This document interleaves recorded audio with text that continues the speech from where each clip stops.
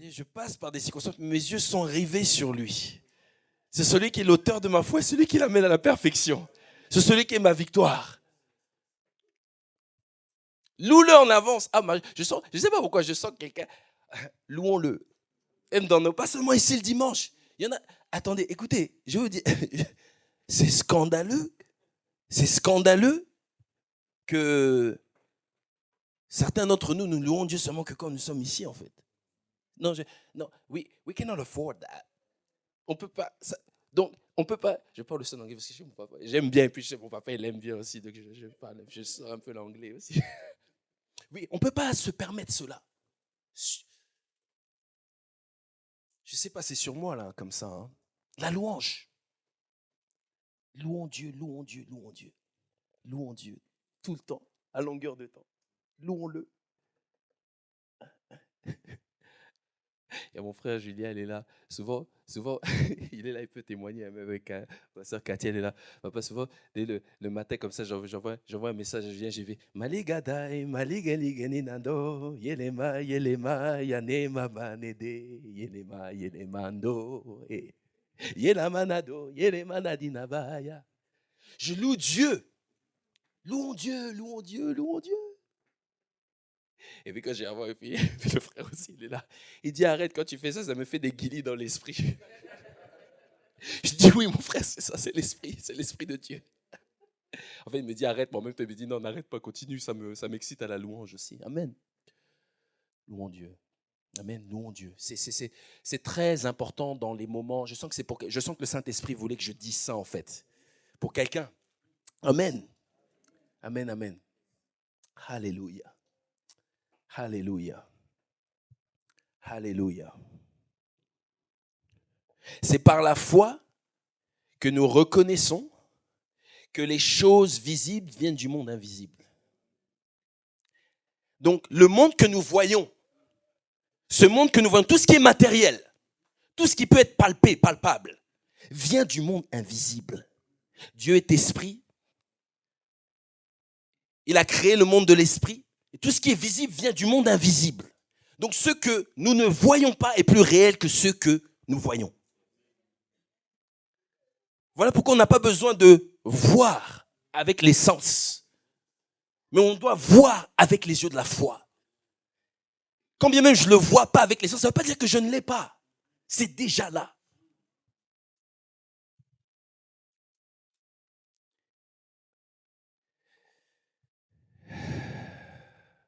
Vous savez, dans le livre de Genèse,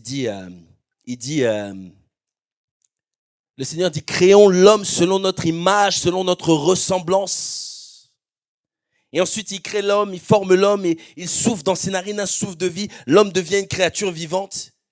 Et ensuite, il lui dit, et la domination, assujettis la terre, multiplie, remplis la terre. Waouh! Mais c'est intéressant qu'avant que Adam puisse multiplier, dominer, assujettir, opérer comme Dieu, Dieu lui a d'abord donné une image. Et pas n'importe quelle image. Son image à lui. Il dit, mon image, c'est ton image. Tu es mon image. Aïe. Mon frère, ma sœur, j'ai envie de nous encourager ce matin et de nous exciter à ne plus jamais nous regarder et nous identifier à quelque chose qui n'est pas Dieu. Oh my God.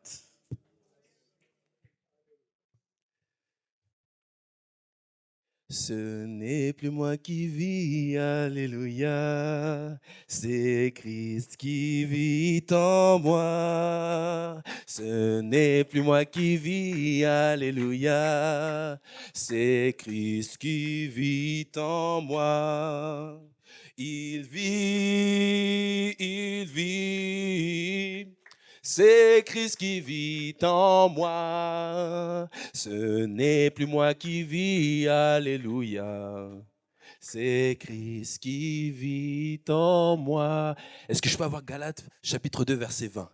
C'est possible? Alléluia. C'est un chant qui est merveilleux, n'est-ce pas? Il dit, ce n'est plus nous qui vivons, mais c'est Christ qui vit en nous. et sœurs. Oh! Hey! Oh! Hey! Donc Christ est devenu notre identité. Alléluia. Alors nous allons lire Galates chapitre 2 verset 20 ensemble. J'ai été crucifié avec. Ok. Et si je vis, ce n'est plus moi qui vis. My God. Ok, on continue. C'est Christ qui vit en moi. Combien d'entre nous ici nous sommes nés de nouveau? Nous tous, n'est-ce pas? Ah, my God. Et vraiment, en fait, j'aimerais... Ah, Seigneur. Je suis révolutionné moi-même chaque jour quand je... Il dit, nous qui avons accepté Christ, qui sommes nés de nouveau, ce n'est plus nous qui vivons. C'est fini. Mais c'est lui qui vit en nous. Aïe! Cela veut dire qu'on ne peut plus s'identifier à quelque chose, quelqu'un ou quoi que ce soit d'autre que lui. Aïe! Naomi, c'est Christ qui vit en toi, sœur. C'est Christ qui vit en toi, Emma. Myriam, c'est Christ qui vit en toi, il vit en moi. C'est énorme. À quoi est-ce qu'on s'identifie? Vous savez comment l'ennemi nous vole? Souvent, on s'identifie, je suis français. Bon, c'est bien d'être français, dans le naturel. Mais ce n'est pas mon identification. Je suis noir, je suis blanc. Bon, c'est bien, Dieu a fait cette couleur-là. Mais ce n'est pas mon identification.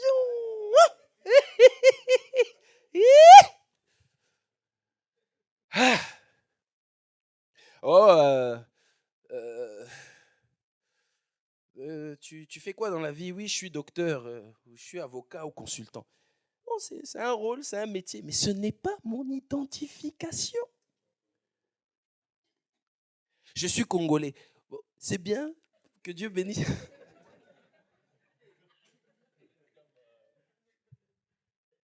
C'est bien, que Dieu bénisse le Congo. Mais ce n'est pas mon identification.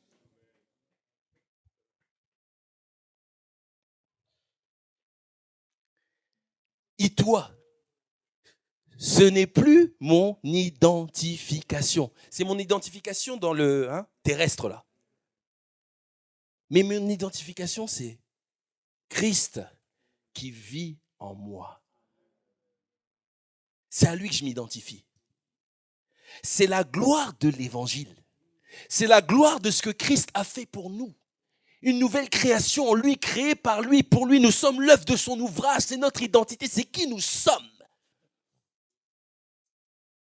Et aussi longtemps qu'on ne s'ancre pas là-dessus, mes frères et sœurs, c'est ce qui fait que des fois, nous pouvons même recevoir en fait, nous avons du mal à recevoir ce que Dieu a pour nous. Parole de Dieu.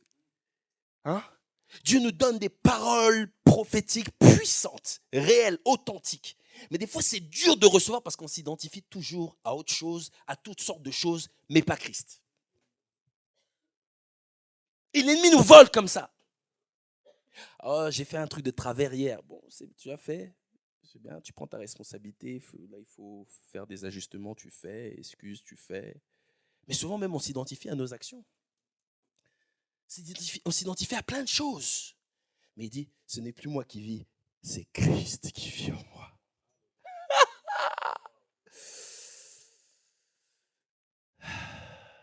Voilà, j'aimerais nous encourager là-dessus. Tu sais, papa, depuis un moment, vous savez, mes frères et sœurs, souvent, en fait, depuis un moment, quand je me lève le matin, le Saint-Esprit me dit, sur cette parole-là, ce n'est plus moi qui vis, c'est Christ sur moi. Il dit, tout ce qui n'est pas Christ, ce n'est pas moi. Tout ce qui n'est pas Christ, ce n'est pas moi. Tout ce qui n'est pas Christ, ce n'est pas moi. Christ est mon image. Christ est mon identité. Oh, maman.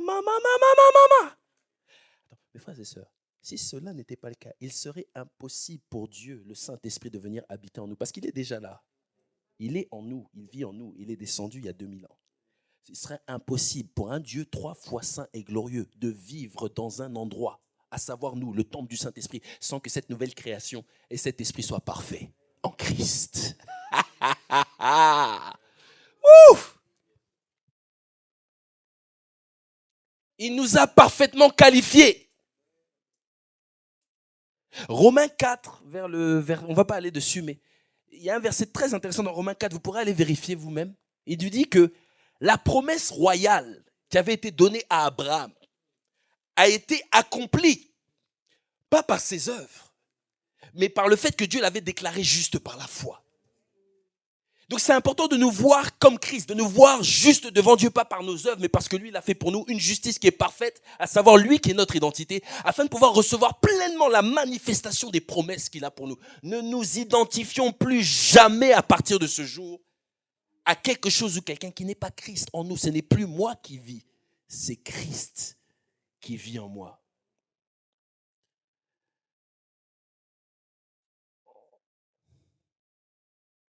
Vous savez, dans le jardin d'Éden, le diable est venu. En fait, il est rusé, mais en même temps, il n'a pas de nouveaux tricks. Il est pas créatif, en fait. Il fait toujours la même chose. Il vient devant Adam et Ève et dit, non, mais Dieu a-t-il réellement dit? Dieu a-t-il réellement dit?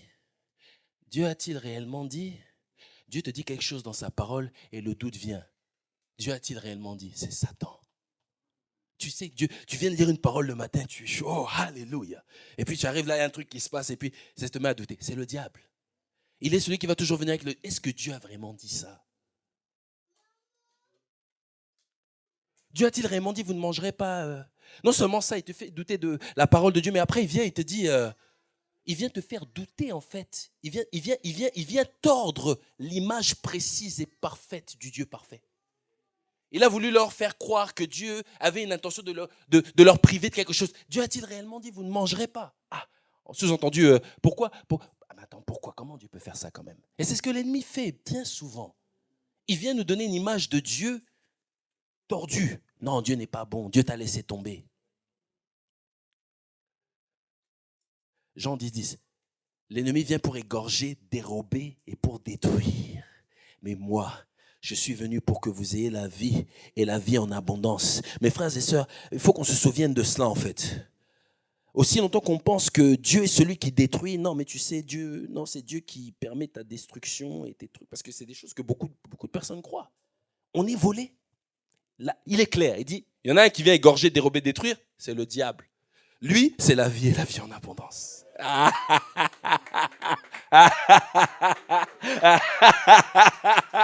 Ouh, séparation claire. Claire. Il n'y a pas de... Vous savez, l'une des translations, l'une des traductions anglaises, il dit, je suis venu pour que vous ayez une vie comme le ciel sur la terre, au-delà de tout ce que vous pouvez même penser, même imaginer. Une vie abondante à tout niveau. C'est le cœur de Dieu.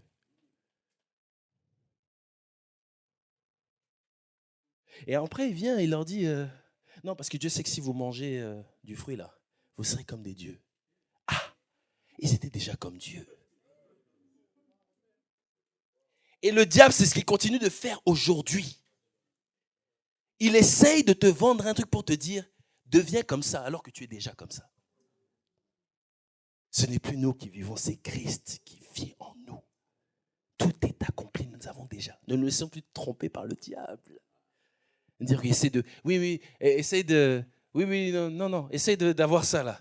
Non, tu vas devenir comme Dieu. Je suis déjà comme Dieu. De quoi tu parles? En Christ, je suis déjà comme lui. Tout est accompli.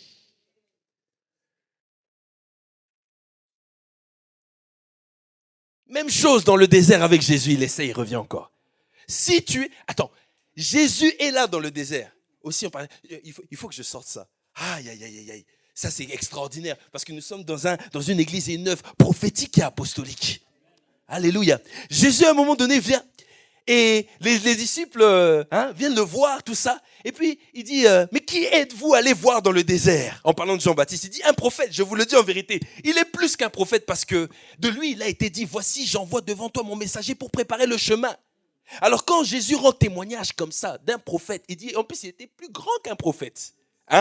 Donc alors comme ça tu regardes, tu dis oui, Dieu veut t'enseigner pour savoir c'est quoi vraiment le ministère prophétique authentique qui plaît au cœur de Dieu.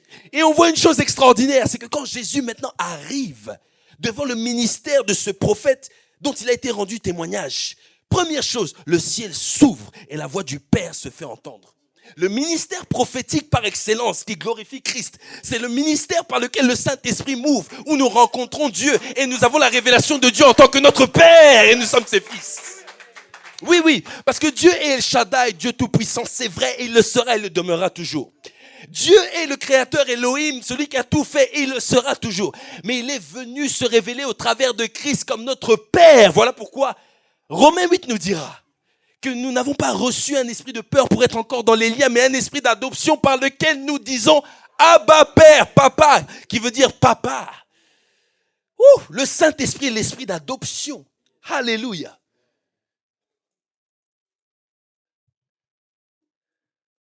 Nous devons être, en tant que prophètes, nous sommes choisis par Dieu pour que Dieu passe par nous, pour que Christ soit révélé, pour que le Père soit révélé à ses enfants.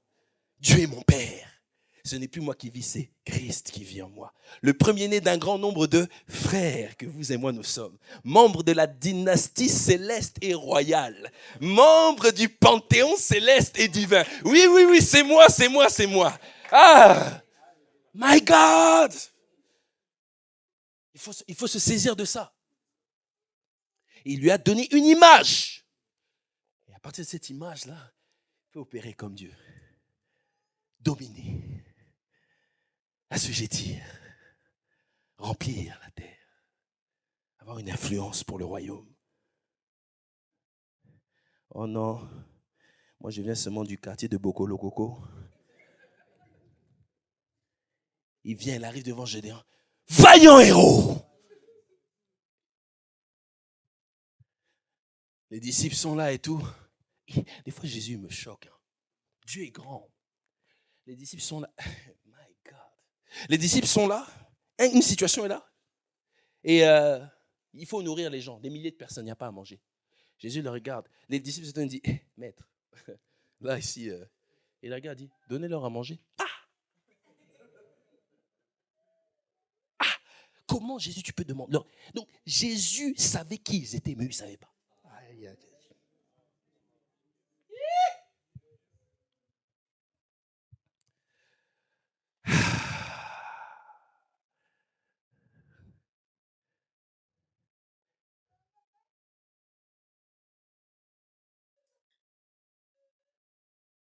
Tu sais, Sulimarc, j'étais là, mon frère, Dieu m'a dit une chose. Ce frère-là, c'est un frère qui est béni, hein, papa. Vraiment, il est béni, c'est un frère qui aime le Seigneur. Et c'est un coach et un motivateur. J'assure que tu te trouves avec lui des fois. Moi, j'ai dit non, lui, il faut l'enfermer. Parce qu'il est trop dangereux. Trop dangereux pour l'ennemi. Mais non, il ne faut pas l'enfermer, il faut le déployer. Et donc, souvent, je suis béni à chaque fois que je suis avec lui parce que c'est quelqu'un qui a vraiment une intimité avec Dieu et qui a aussi vraiment une grâce apostolique très pratique pour pouvoir rentrer pleinement dans les choses que Dieu a pour toi, avec les outils pratiques. Et donc, c'est un motivateur super. À chaque fois que je me retrouve avec lui, quand on se parle juste une conversation, boum, ça échit. C'est quelle grâce. Dieu nous amène les uns avec les autres pour être un encouragement, une bénédiction pour chacun avec la grâce, la particularité de chacun. C'est le corps de Christ, en fait. C'est génial. Amen. Mais tu sais, frère, j'étais là récemment. J'étais à mes frères et sœurs. Le Seigneur m'a dit, même par rapport à la motivation, motiver les gens, encourager, inspirer, c'est pas mauvais. Mais on peut motiver, inspirer comme tu veux, mais tant que ton identité, là, elle n'est pas renouvelée. C'est pas possible. Je suis sûr que tu as déjà vu ça, tu vois ça sur le terrain tout le temps. Tu vas faire un moment, c'est bien. Et cette identité-là, parce qu'il y en a beaucoup, oui, identité, c'est bien. Mais il n'y a pas d'identité sans lui. On a assez tous ces messages-là d'identité là qui traînent, là, qui pullulent. Oui, sois toi, sois bien. Oui, toi au centre. Toi, ton identité. Ouais, ok. Mais il n'y a pas d'identité sans Dieu.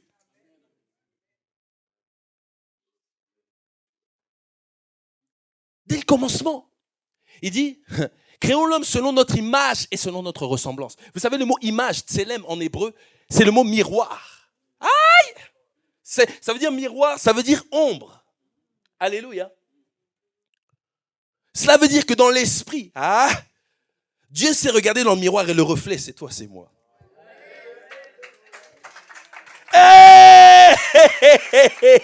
Vérité. C'est pour ça que Lucifer est en colère. Mais quand il me dit, mais comment il n'avait pas vu ça arriver? Il pensait, il se croyait tel. Il avait pris. Ah! En fait, je suis convaincu, c'est pour ça. Satan, il n'est plus Lucifer, il est Satan maintenant. Il nous hait pour ça. Il a dit quoi? Ils ne savent pas qui nous sommes. Dieu, il dit, il a créé selon son image à lui, son tselem. Il se regarde dans le miroir, le reflet, c'est lui. Mais voilà pourquoi je dis, il n'y a pas. Le reflet, c'est lui. Et l'ombre, donc c'est-à-dire l'ombre. Moi, je suis là, l'ombre, c'est. Voilà. Mais vous savez, c'est quoi? Le reflet du miroir et l'ombre n'existent pas sans la personne. Aïe, aïe, aïe, aïe, aïe, aïe. Il n'y a pas d'identité sans lui. Vous savez, la Bible dit qu'il est celui qui est. Quand il s'est révélé à Moïse, il dit, je suis. Aïe, aïe, aïe. Moïse demande, qui dois-je annoncer? Il dit, tu dis, je suis, t'as envoyé. I am that I am. Je suis. Ça veut dire que s'il est, ça veut dire qu'il n'y a rien d'autre qui est. Il n'y a personne qui peut être, il n'y a personne qui est. Mais vous et moi, on est parce que celui qui est nous a donné la grâce de pouvoir être à partir de lui. Ah!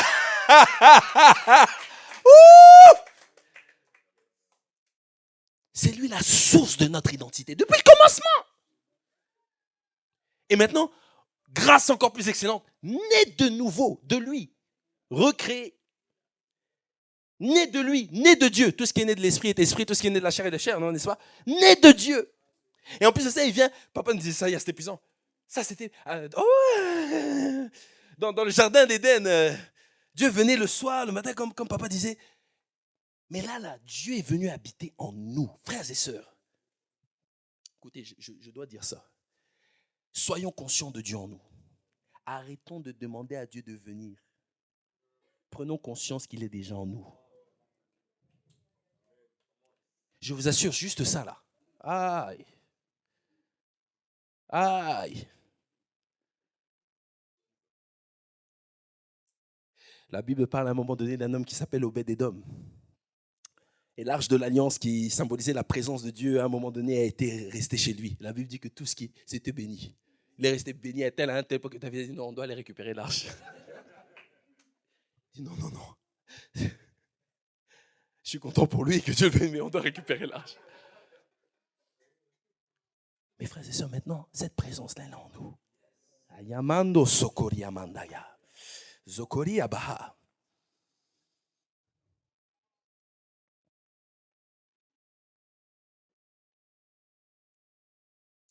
Je vous invite à méditer beaucoup Romains 5. Ok?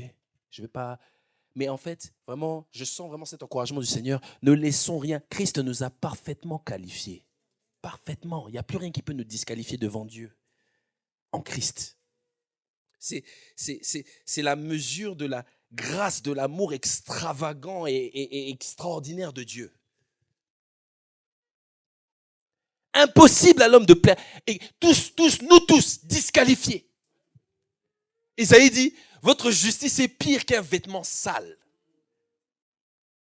Vous savez la traduction hébreuse de ce vêtement sale, excusez-moi mesdames, mais ça symbolise les serviettes que les dames utilisent. C'est ce que Dieu dit là, notre justice. Tous disqualifiés, tous, par nos œuvres, disqualifiés devant lui. Il dit, tu n'as voulu ni sacrifice ni offrande, mais tu m'as fait, oh Dieu, un corps. Tu m'as formé un corps afin de faire ta volonté. Aucun d'entre nous, nous ne pouvions, aucun, absolument aucun. Mais dans sa grâce, sa gloire infinie, il s'est incarné et il est venu parfaitement vivre pendant 33 ans sans jamais commettre aucun péché. Il est venu accomplir la loi parfaitement à notre place. Aïe! Et ensuite, il est parti sur cette croix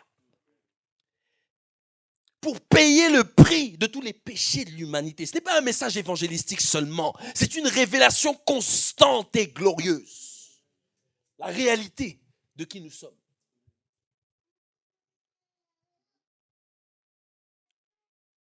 C'est-à-dire que quand Dieu nous regarde aujourd'hui, je lisais encore le livre d'Éphésiens quand je me suis réveillé ce matin, il nous voit sans défaut en Christ, confondus en Christ.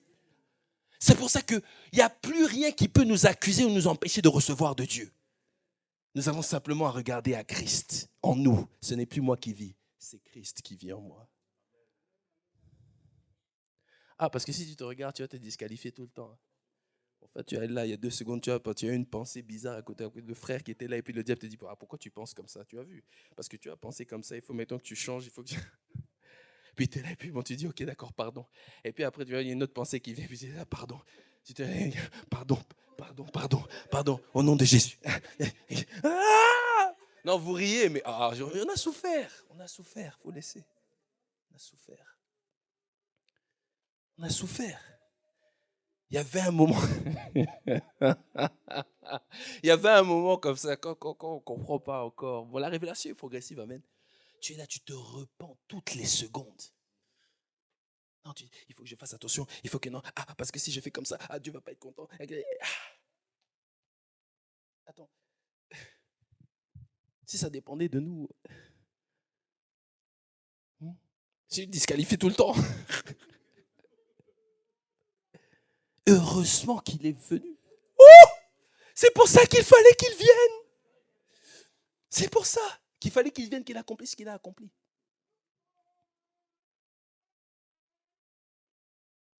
Je dois dire cela parce que ça m'excite, c'est la gloire de Dieu.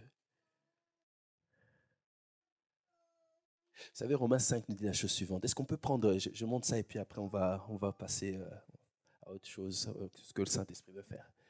Est-ce qu'on peut prendre, est-ce que je pourrais avoir, c'est Laura qui s'en occupe, super, amen, amen. Est-ce que tu pourrais nous aider avec Romains chapitre 5, verset 17, s'il te plaît? Romains chapitre 5, verset 17. Nous allons voir, je voudrais vous montrer quelque chose pour vraiment nous exciter à la fois, élargir notre cœur, et élargir le récipient de notre cœur pour pouvoir recevoir pleinement ce que Dieu a pour nous. Non seulement aujourd'hui, mais dans les jours qui viennent. Alléluia. Alors, si par l'offense d'un seul la mort a régné, par lui seul, ok, à plus forte raison, ceux qui reçoivent l'abondance de la grâce et du don de la justice régneront-ils dans la vie par Jésus-Christ lui seul? Amen. Est-ce qu'on peut le relire? On va recommencer encore. Si par l'offense d'un seul la mort a régné, par lui seul, donc c'est Adam, à plus forte raison, lui il est à plus forte raison, ceux qui reçoivent, donc avec Dieu il s'agit de recevoir l'abondance de la grâce et le don de la justice, régneront-ils dans la vie par Jésus-Christ seul? Vous voyez, quand on règne, on règne. Quand on règne, les circonstances ne peuvent plus régner sur nous. Quand on règne, la maladie ne peut plus régner sur nous. Quand on règne en Jésus-Christ, les choses de ce monde ne peuvent plus régner sur nous. Mais nous régnons en Christ. Lui qui est notre modèle, n'est-ce pas? Mais il nous dit ça, c'est quelque chose, il faut recevoir. Il dit ça en recevant ce qu'il a fait.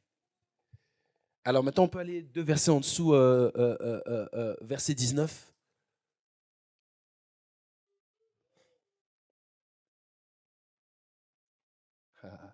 Je ne peux pas dire c'est mon verset préféré, mais parce que bon, toute parole de Dieu, c'est la parole de Dieu, c'est préféré. Mais j'aime beaucoup cette parole, elle m'a libéré et elle libère beaucoup. Il dit, car comme par la désobéissance, est-ce qu'on peut lire tous ensemble, s'il vous plaît? Car comme par la désobéissance d'un seul homme, beaucoup ont été rendus pécheurs, numéro 1. De même,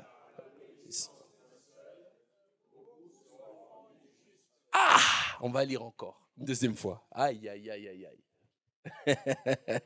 Car comme par la désobéissance d'un seul homme, beaucoup ont été rendus. De même par l'obéissance d'un seul, Jésus, beaucoup seront rendus. Je dis, aujourd'hui, le diable, il va regretter d'être le diable.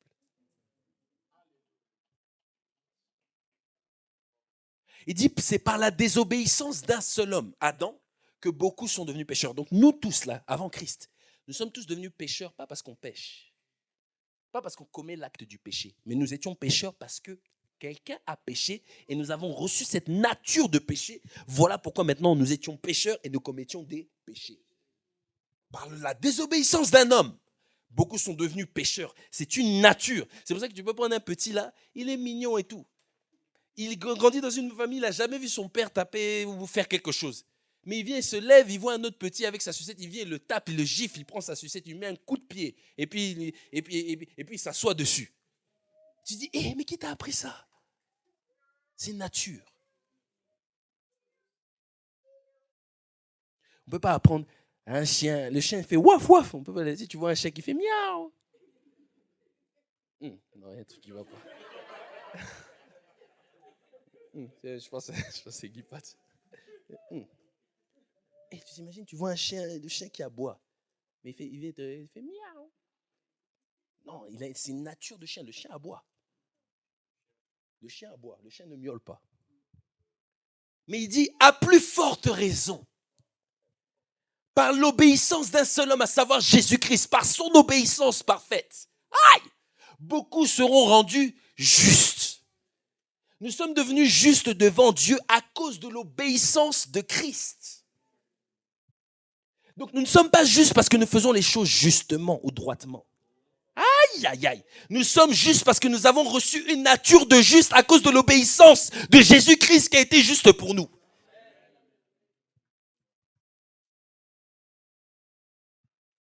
Et ça, c'est quelque chose dans lequel on doit être ancré. Voilà pourquoi Éphésiens 6, 10 et plus bas nous demande, quand il demande de se revêtir de l'armure du chrétien, d'avoir la cuirasse de la justice qui s'obtient par la foi, qui protège tous les organes vitaux.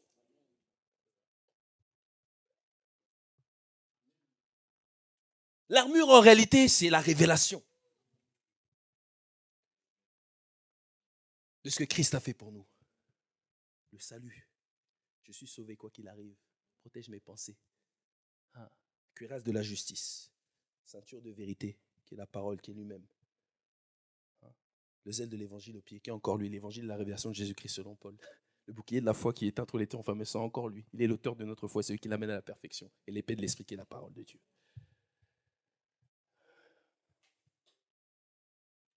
Donc c'est par l'obéissance d'un seul que nous sommes tous devenus justes. Alors, je vais vous dire ça. Vous savez, si un pécheur pêche, bon, il est pécheur, il a une nature, n'est-ce pas? Donc s'il fait quelque chose de bien, même toutes ces bonnes œuvres-là, qu'est-ce que ça ne change pas, n'est-ce pas? Vous savez, quand on évangélise, bon, on dit, ouais, mais moi je suis bien, je n'ai pas besoin de Dieu, je fais de bonnes actions. Non, non, monsieur, on vous explique, écoutez, voilà.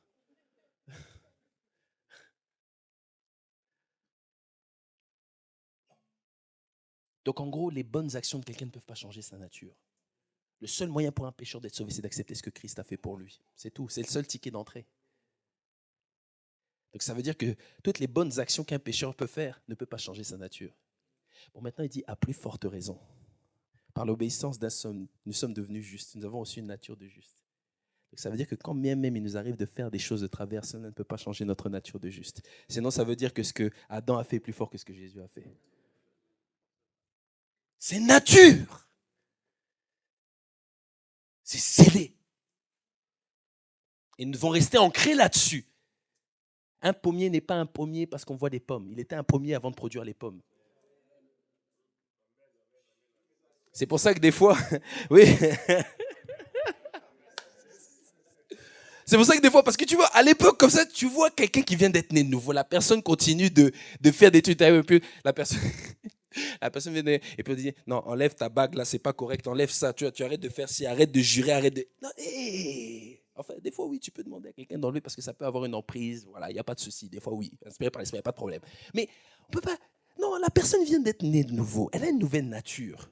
Bon, il faut lui laisser le temps de produire la pomme. Mais nous, avant, c'était pas ça. Heureusement, les parents étaient patients. Des fois, je repense que je regarde derrière, je me dis, les parents, ils ont été patients. Même les frères et les sœurs, on faisait des trucs. On est tous en chemin. On vient tous de quelque part. Nous avons fait des dégâts. Heureusement, la grâce de Dieu a couvert derrière. Ok, mais heureusement, c'est sa grâce. Notre nature. À quoi t'identifies-tu? Même au niveau de la restauration de l'âme. Lorsque l'on prend, je vous donne la référence pour aller regarder vous-même, Éphésiens chapitre 4, versets 20 à 24. Il nous dit la chose suivante. Il nous dit, bon, avant d'aller, deux dernières écritures et puis je me laisse là. On va d'abord faire, alléluia, merci Père. Alléluia, alléluia, alléluia. On va faire Philippiens chapitre 3, versets 8 à 9. Et ensuite, si tu peux déjà aussi préparer Laura, Éphésiens 4, 20 à 24, juste après. Donc on commence avec Philippiens chapitre 3, versets 8 à 9. Est-ce que nous recevons, est-ce que nous sommes bénis? Amen, amen. Parce qu'en fait, je crois que, en fait, my God, je sens que Dieu est en train de libérer des choses. Enfin, comment dire? Ces choses sont déjà là en réalité. Mais en fait, c'est maintenant simplement le Seigneur veut nous aider à enlever en fait les mensonges du diable et les obstacles qui nous empêchent de recevoir de Dieu. Parce que tout est accompli en fait. Et je crois, voilà, après le Saint-Esprit va mouver. Voilà, l'homme de Dieu, voilà, avait reçu cette directive-là de faire un service prophétique. C'est déjà le service prophétique parce que Dieu parle en fait. Voilà. Mais on va se laisser aussi conduire par le Saint-Esprit si le Saint-Esprit veut dire quelque chose d'autre. Voilà. Mais on va recevoir plus d'obstacles. Christ nous a parfaitement qualifiés. Amen. Alors, vous savez, souvent on se pose la question, comment est-ce que je connais Dieu? Je connais Dieu. Et comment connaître Dieu? Est-ce que je connais Dieu vraiment ou pas? Ou comment est-ce que je le connais? Et j'aime beaucoup cette portion d'écriture parce qu'elle nous parle. Dieu nous parle au travers de ça de façon remarquable et glorieuse. Alors, nous allons lire ensemble. Et même je regarde toute chose comme une perte à cause de l'excellence de la connaissance de Jésus-Christ, mon Seigneur, pour lequel j'ai renoncé à tout. Je les regarde comme de la boue afin de gagner Christ. OK. Ensuite, et d'être, donc là on va s'intéresser au verset 9, c'est là vraiment c'est clé. Et d'être trouvé en lui, non avec ma justice, celle qui vient de la loi, des œuvres, mais avec celle qui s'obtient par la foi en Christ. La justice qui vient de Dieu par la foi. OK? Et le verset suivant, afin de connaître Christ et la puissance de sa résurrection. Est-ce qu'on peut revenir au verset précédent, s'il te plaît? Verset 9. Et d'être trouvé avec lui, non avec ma justice, celle qui vient de la loi, mais avec la justice qui s'obtient par la foi en Christ, cette nature dont on a parlé, qui vient de Dieu, elle vient de Dieu. C'est une justice qui est parfaite, on est parfaitement qualifié, nouvelle création. Nous sommes esprits, n'est-ce pas? Nous possédons une âme, nous vivons dans un corps, nous savons que notre âme est en processus, amen, de renouvellement de l'intelligence, voilà. Mais notre esprit, parfaitement prêt, sauvé, voilà, prêt pour le ciel. Par la foi, ok? Afin de connaître Christ. Afin de connaître Christ. Donc en fait, là, Dieu nous montre que pour connaître Dieu, nous devons être dans la justice qui s'obtient par la foi, pas par les œuvres.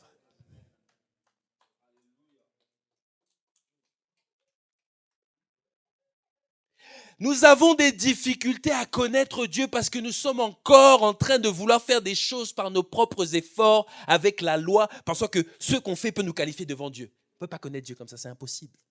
Et puis Paul en parle, hein, très bien, Romains 3, Romains 4, Galates 3, Galates 4, Galates 5. Il explique que quand on s'approche de Dieu avec notre propre justice, on est séparé de Christ. Il y a une je sais pas comment on peut dire, c'est une déconnexion. Je sais pas comment c'est difficile de connecter. On ne peut pas connecter en fait. Et c'est quand on s'approche de cette justice par la foi. Je saisis ma justice. Christ est ma justice. Ce n'est plus moi qui vis, c'est Christ qui vit en moi. Là, tu connais Dieu. Tu peux connaître Dieu en profondeur. Alors, Éphésiens 4, 20 à 24. Et pas seulement connaître Dieu, mais la puissance de sa résurrection. La puissance est là aussi, dans le don de la justice. Identifions-nous à Christ. C'était là. Alors, Éphésiens 4, 20 à 24.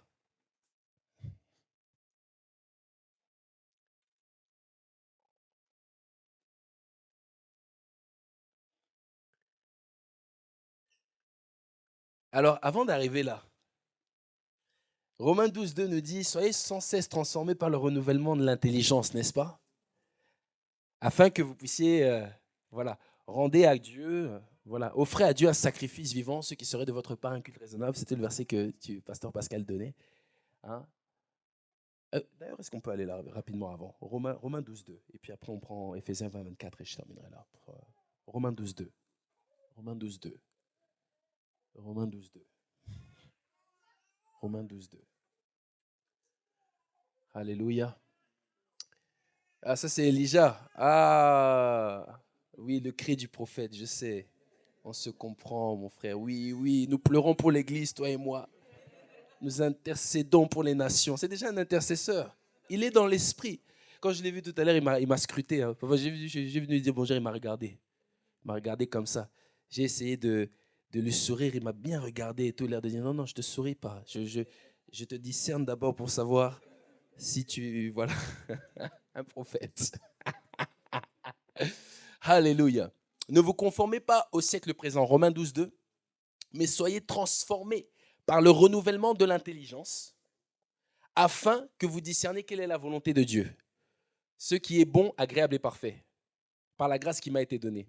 Offrez vos corps comme un sacrifice vivant, c'est où du coup? C'est verset 1. Donc on l'a sauté, c'est ça? Ok, on peut reprendre à partir du verset 1. J'espère que ça va. Hein. Je sais, je suis un peu speed. Ça va? Je ne suis pas trop speed? Ok. Voilà. Merci. Offrez vos corps comme un sacrifice vivant, saint et agréable à Dieu. Ok. Ce qui sera de votre part un culte raisonnable. Point. Offrez à Dieu un sacrifice vivant. Offrez vos corps à Dieu comme un sacrifice vivant, ce qui serait de votre part un culte raisonnable. Point. Verset suivant. Ne vous conformez pas au siècle présent. Comment est-ce qu'on offre nos corps à Dieu et on lui offre un culte raisonnable si on ne nous conforme pas au siècle présent? Et comment est-ce qu'on ne se conforme pas au siècle présent en étant transformé par le renouvellement de l'intelligence afin que vous discerniez quelle est la volonté de Dieu? Maintenant, on peut aller dans Éphésiens 4, 20, 24. Avant, je pensais que offrir son corps comme un sacrifice vivant à Dieu, c'était quelque chose de physique. Non, non, mais il nous montre en fait que ce culte raisonnable, c'est d'être transformé par le renouvellement de l'intelligence, afin de pouvoir discerner la volonté de Dieu. Mais maintenant, ce renouvellement de l'intelligence, c'est quoi? Où est-ce que ça commence? Souvent, on a pensé qu'à un premier degré, c'est méditer la parole de Dieu jour et nuit. Et c'est un aspect qui est extrêmement important. Mais ce n'est pas l'aspect fondamental. Vous allez comprendre. Mais vous, ce n'est pas ainsi que, Éphésiens 4, 20, 24, super. Mais vous, ce n'est pas ainsi que vous avez appris Christ.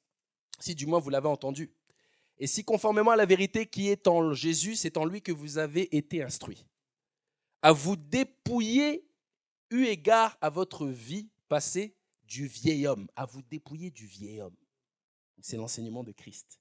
Se dépouiller du vieil homme. On ne s'identifie plus à l'homme ancien, à l'homme du péché. Romains 6, 1 dit que cet homme-là, il est mort. Impossible de mourir à nous même si on est déjà mort. Romains 6, 1 le dit clairement, nous sommes morts avec Christ. Tous six.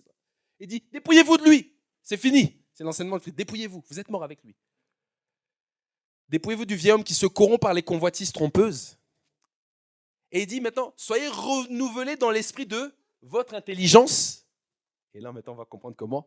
Et à revêtir l'homme nouveau, créé selon Dieu dans une justice et une sainteté que produit la vérité. Là, maintenant, il nous explique le renouvellement de l'intelligence, là, offrir ce culte à Dieu qui est raisonnable. Être transformé par le renouvellement de l'intelligence, c'est se dépouiller de l'homme ancien, revêtir l'homme nouveau qui marche dans une véritable sainteté et justice. C'est-à-dire, une fois de plus, s'identifier à lui. Ce n'est plus moi qui vis, c'est Christ qui vit en moi.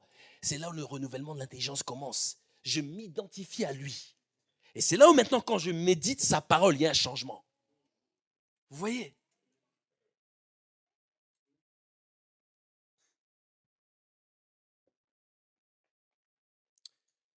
Ce n'est plus nous qui vivons, mais c'est Christ qui vit en nous.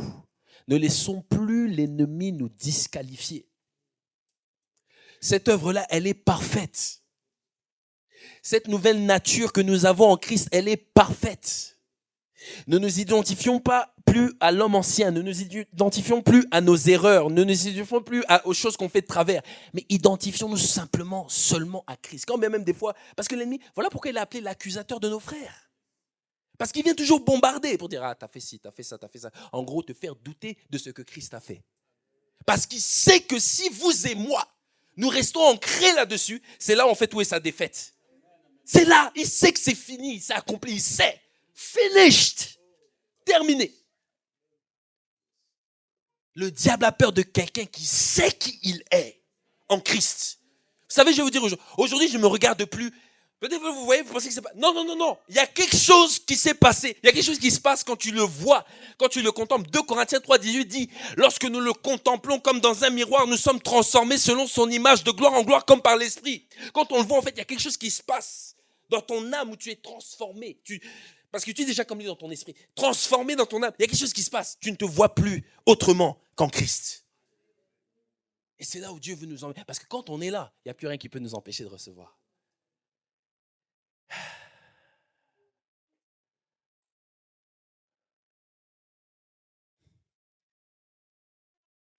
Alléluia. Je veux juste nous inviter à fermer les yeux. Alléluia. Alléluia. Vous savez, je veux juste nous inviter à fermer les yeux et puis juste à connecter avec le Seigneur. La présence de Dieu est là. Elle est là. La parole de Dieu nous dit que je n'ai pas honte de l'évangile car c'est la puissance de Dieu pour le salut de quiconque croit. Je n'ai pas honte de la révélation de Jésus-Christ parce que l'évangile est la révélation de Jésus-Christ. Je n'ai point honte de la révélation de Jésus-Christ car elle est la puissance de Dieu pour le salut, la délivrance, la guérison, la restauration de quiconque croit et entend ce message. La puissance de Dieu se trouve dans la révélation de Jésus-Christ et de ce qu'il a fait pour nous. Plus rien ne nous disqualifie pour recevoir de lui. Au travers de ce qu'il a fait de nous. Nous sommes parfaitement qualifiés en lui. Et par lui, quelle grâce infinie. Oui, j'aimerais simplement nous inviter à le remercier, simplement.